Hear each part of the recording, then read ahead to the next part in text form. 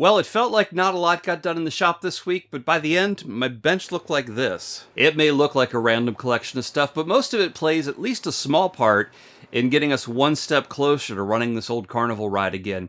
And that's been sort of the mission around here lately, bringing these old forgotten rides back to life, one part at a time.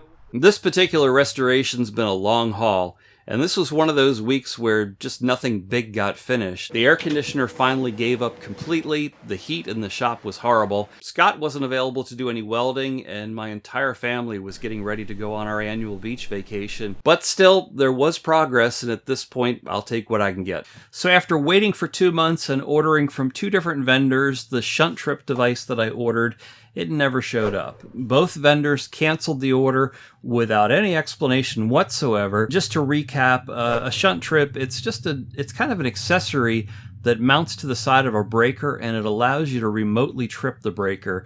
So just sort of a remote safety device. So finally what I did was I contacted a vendor that we use through work. I knew that they could get it for me. I knew it would be more expensive, but at least they would be reliable and get it. And after a few weeks wait, they have arrived today. So we have a breaker and a shunt trip device. We just need to assemble them. So this is our breaker, and you can see there's a little arc-shaped piece here. That actually pops out.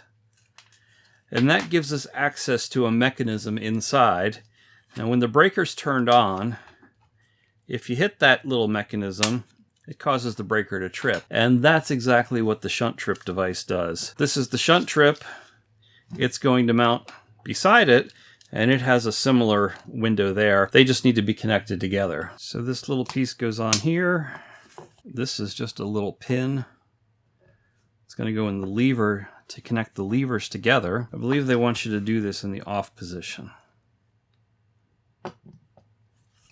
And if we put some screws in here.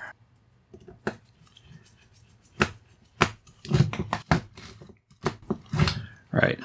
So there we go. If we send an electrical signal into this first device, which is a 24-volt DC coil, it will trip and cause the whole breaker to disconnect. And we'll get that on the electrical panel now.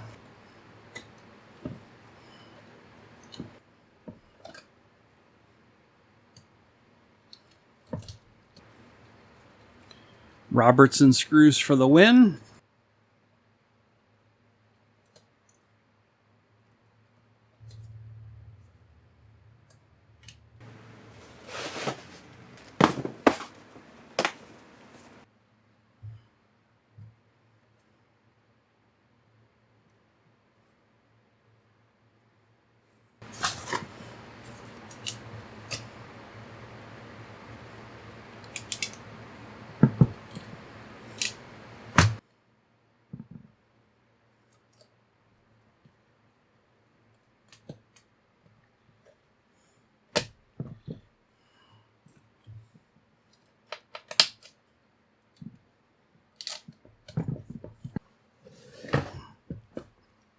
Okay, a few more things have arrived in the last few weeks I thought I'd share with you. This is a foot switch that's going to be added to the operator station. The foot switch needs to be depressed the entire time that the ride is operating. If you lift your foot, the ride will shut down. It's like a dead man switch. So just another safety function we're adding to the ride that it probably wouldn't originally have had. So I shared this with you at the end of the last video. This is going to be the cable that connects the operator station to the electrical panel. And it's a multi-conductor cable. There's 12 wires in here, and it is an SOOW, which is a heavy-duty rubber jacketed cable. We're going to use these strain reliefs on the end. This will be hooked to a hook, so if the cable gets pulled, rather than pulling on the connector, it's going to pull on this. So those operate very similar to Chinese finger traps, with the exception is that they're made out of like stainless steel aircraft cable rather than bamboo or whatever Chinese finger traps are made out of. Well, now I'm stuck. There we go. Yeah, so don't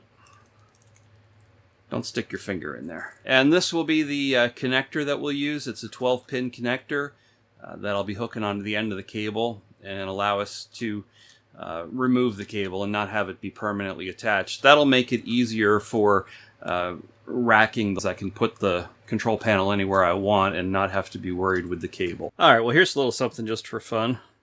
I've got this old Twisted Pepsi bottle, and I want to put some colored water in it just for display. But unfortunately, the original cork in it is completely dry rotted. So we're going to have to get a new cork. These stretched bottles were pretty popular Carnival prizes back in the day. Let's not get that stuck inside. There we go.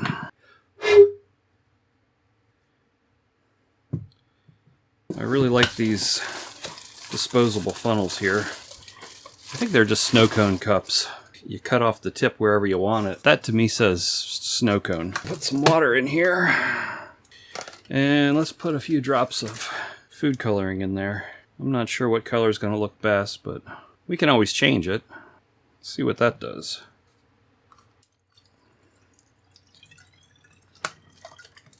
Wow, that's darker than I expected it. That's pretty good looking.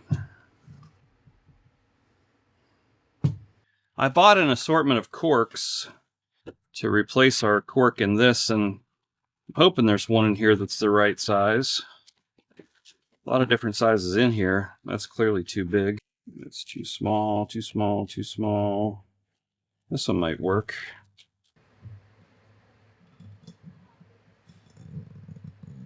I'm going to need to find or make some sort of shelf or display to keep this safe on. Alright, next up I'm soldering leads onto this bulkhead connector. It'll mount in the electrical cabinet, and it's where the control cable from the operator station will plug in. I'm just adding a couple feet of wire to each pin so it'll reach the terminal blocks.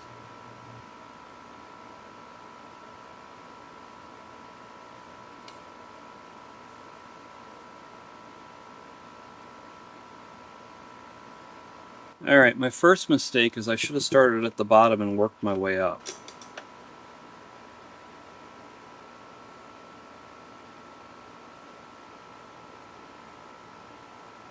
It's probably best if the connector is attached while we're doing this, so that the pins don't get bent out of position from the heat of the soldering. Might help hold it in place too. I only have 16 gauge wire on hand, and it's just a little bit too big. Yeah, this is not good. I really need 18 gauge wire. Okay, we've got some really nice 18 gauge wire here. Hopefully this makes everything a lot easier to deal with. Well, it's copper. That's a good sign. And it fits. That's an even better sign. Let's put a little flux right on the end of the wire. That flowed nicely, but again, I should have done the center one. I keep forgetting what I'm doing here.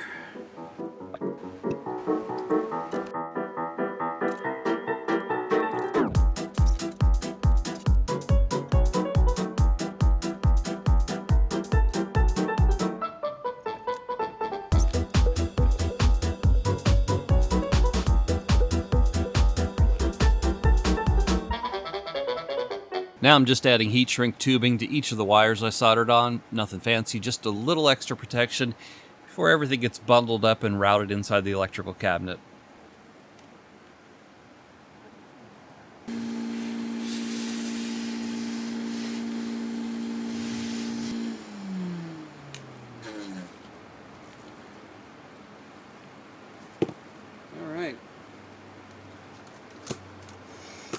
Alright, next up, I want to build these leveling jacks for the four corners of the ride. After dealing with a lot of off-the-shelf trailer jacks that just don't seem to work very well for the application, including the ones that originally came on the ride when we got it, I think this is our best bet, and it's going to work in conjunction with the racking system that I've designed and not be in the way. I've got a 4-foot long piece of pipe here. I need to cut this up into 4 12-inch long pieces.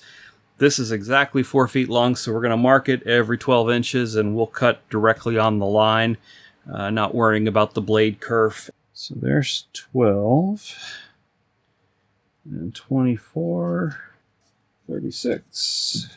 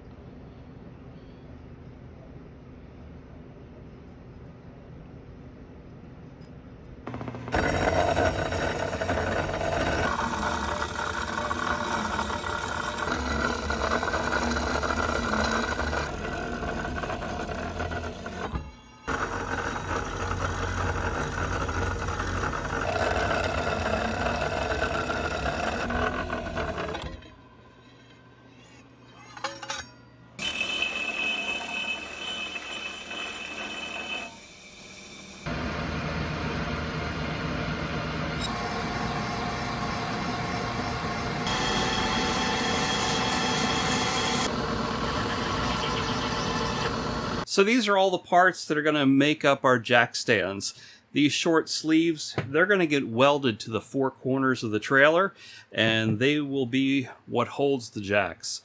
The jack stands themselves are going to be made from this tubing, which can be inserted inside, and for travel, they can be inserted upside down, and then when the ride is in operation, they'll be inserted from the other direction. So these will just pin in place. So our leveling jacks are going to be welded up from a number of individual pieces, starting with this tubing. We're going to weld this big washer to the top of it, and then this nut is going to get welded to that washer. So this nut will be stationary with the jack, and this threaded rod will be able to go in and out of it. That's what's going to give us our leveling ability. The nut here at the top is going to be permanently welded to the threaded rod, so that just gives us something to grab onto to run it in and out. And then rather than using a tool on here, this wing is going to be welded to the nut just to give us something we can just kick it if we want to. Also on this nut, we're going to be welding this ball. That's going to be what actually comes into contact with the foot in our cribbing. And as soon as Scott has some free time, he's going to weld it all up for us. So I mentioned the ball at the end of our jack, and the idea here is this is going to rest in a cast metal piece that's going to be embedded in our cribbing. And now I made this pattern with intentions of casting this out of aluminum. I'm starting to think maybe it should be made out of cast iron. So with that in mind, I've reached out to Clark Easterling at Windy Hill Foundry. He does a lot of cast iron. Asked him what he thought about maybe tackling this project. So the plan right now, I'm going to finish this up, prime it, paint it, get it all ready for casting, and then send it off to him and see what he thinks. And maybe we'll do a little collaboration there and get him to cast these for us. We've had this portable air conditioner in the shop for 3 years, but it started having problems right after the warranty expired. I've been looking at the other options, but with 100-degree days here, the quick answer was a window unit. I didn't want to cut a hole in the wall, but it was the fastest way to get back to work. I had to take down some of my storage bins, and now the shop is covered in dust, but at least I can work in here again. As I mentioned earlier, we took our annual family trip to Ocean City, Maryland, and I'm genuinely grateful that even now my adult kids still want a vacation with us.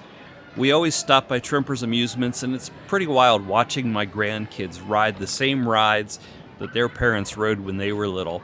And that's a big part of why I'm doing all of this. It's not just about fixing old machines, it's about preserving them so they can keep making memories for the next generation.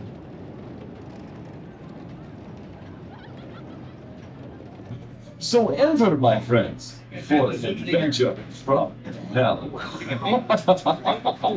So yeah, not a blockbuster week in terms of workshop footage, but I still think we made some real progress. A few more pieces are in place, The workshop should be a lot more comfortable, and the project keeps inching forward. Next week, Scott should be back in the shop to weld up those jacks for us, and we just had a steel delivery, all the raw materials I need to make the racking for the ride tubs. If you've been following along and want to help support this restoration, consider joining us over on Patreon, where I share weekly behind-the-scenes updates. And if you want to help keep a bit of history and nostalgia alive, click that link to the left and come along for the ride.